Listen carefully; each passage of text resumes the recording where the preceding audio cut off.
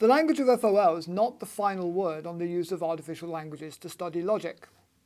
When the designers of this plane were satisfied with the way that this model looked at this level of detail, they built more detailed models of the aeroplane which were increasingly faithful to the eventual properties of the real airplane. Hopefully, they at some point built a model that was aerodynamically faithful to the final design and could be tested in a wind tunnel, for example. On a recent visit to the Boeing factory in Seattle, I participated in a study where we were able to test the interior of a design of an airplane. That model airplane didn't have any wings, but it was a completely faithful replica of the inside of the plane. We could, in that model, test how we felt about the legroom. They did not serve coffee, unfortunately. So like the model airplanes, FOL can be extended and refined to cover more and more natural language phenomenon. And those extended languages are increasingly complex. Their study is too complex to fit into a single course. Like the model of the airplane, FOL is easy to understand, but only an approximation to an eventual full theory of logic. FOL is a model of the right level of complexity for a first course in logic, and addresses an interesting range of issues in logic. Now, FOL is a general-purpose artificial language. We use it to express information about whatever subject we're interested in discussing. If we're reasoning about mathematics, we'll talk about numbers and operations on them, like addition and subtraction. If we're talking about astronomy, then we'll use names for stars, distances and brightnesses, perhaps. And when we're talking about the people and pets in our families, then we'll use the names of those people and their activities and relationships. In all of these cases, we reason using the same logic. The same rules govern what it means for one sentence to follow from another, but the subject matter of the sentences changes from situation to situation. So that's what we mean when we say that FOL is a general-purpose language. We mean that it can express reasoning in any domain by having a common core, which are the logical expressions of the FOL language. This gives us the ability to express facts about any particular domain by using specific symbols in well-defined ways. In the course, there are a few domains that we will refer to repeatedly, and some others that we'll just introduce on an ad hoc basis.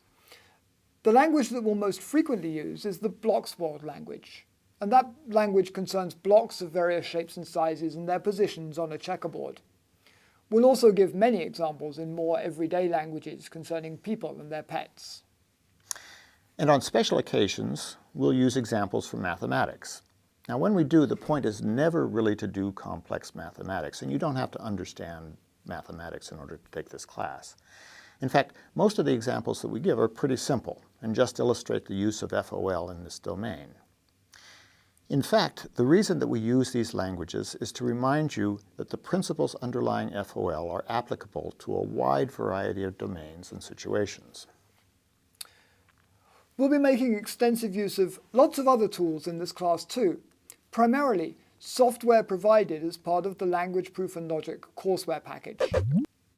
The package contains 3 applications called Tarski's World, Fitch, and Boole. Tarski, Fitch, and Boole are 3 famous logicians. These applications allow you to explore the concepts that we'll be discussing in the course on your own, and in the search for solutions to exercises that we'll set during the class.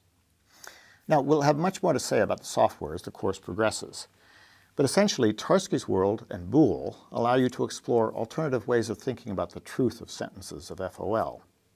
And Fitch is a program that enables the construction of pieces of reasoning using the language. There's a 4th application, Submit, which enables you to send the solutions to exercises for assessment by our online assessment tool, the Grade Grinder. So Submit and the Grade Grinder are used to take the exercises that you do in Tarski's World, Fitch, and Boole and get an assessment. Now, we think of the Grade Grinder as kind of like a teaching assistant who's available all the time, 24 hours a day, 7 days a week, to give you feedback on your work. You can submit your work to the Grade Grinder as frequently as you like to get feedback as your work progresses. And then finally use the same system to turn in the work to us for assessment. Our past students have found these tools are enormously helpful in learning the language of first-order logic and the ideas and concepts that we're teaching. The grade grinder in particular can be used to avoid getting snagged on simple issues that are easily resolved once an error has been pointed out. Now, for more substantial issues and questions, we and our team of TAs are available to answer questions that arise in your work on the course.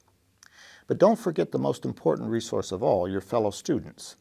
By becoming part of the community of learners in this course, you'll be able to take advantage of a wide range of perspectives on the issues and problems that we set in the course. When you don't understand something, there'll be someone in the community who can help you, and you can help others when things they don't understand are things that you already understand. Now, details on how to access the forums and reach us during the course are available on the course website.